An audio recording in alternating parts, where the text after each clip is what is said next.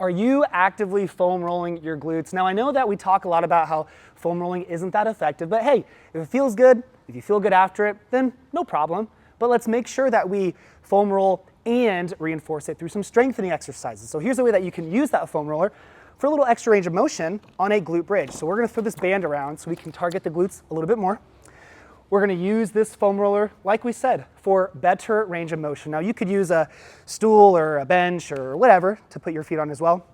We're gonna pull that band apart. Now we're just gonna do some glute bridges and separate that band at the top for extra glute med activation. So you're foam rolling your glute and now you're strengthening your glute.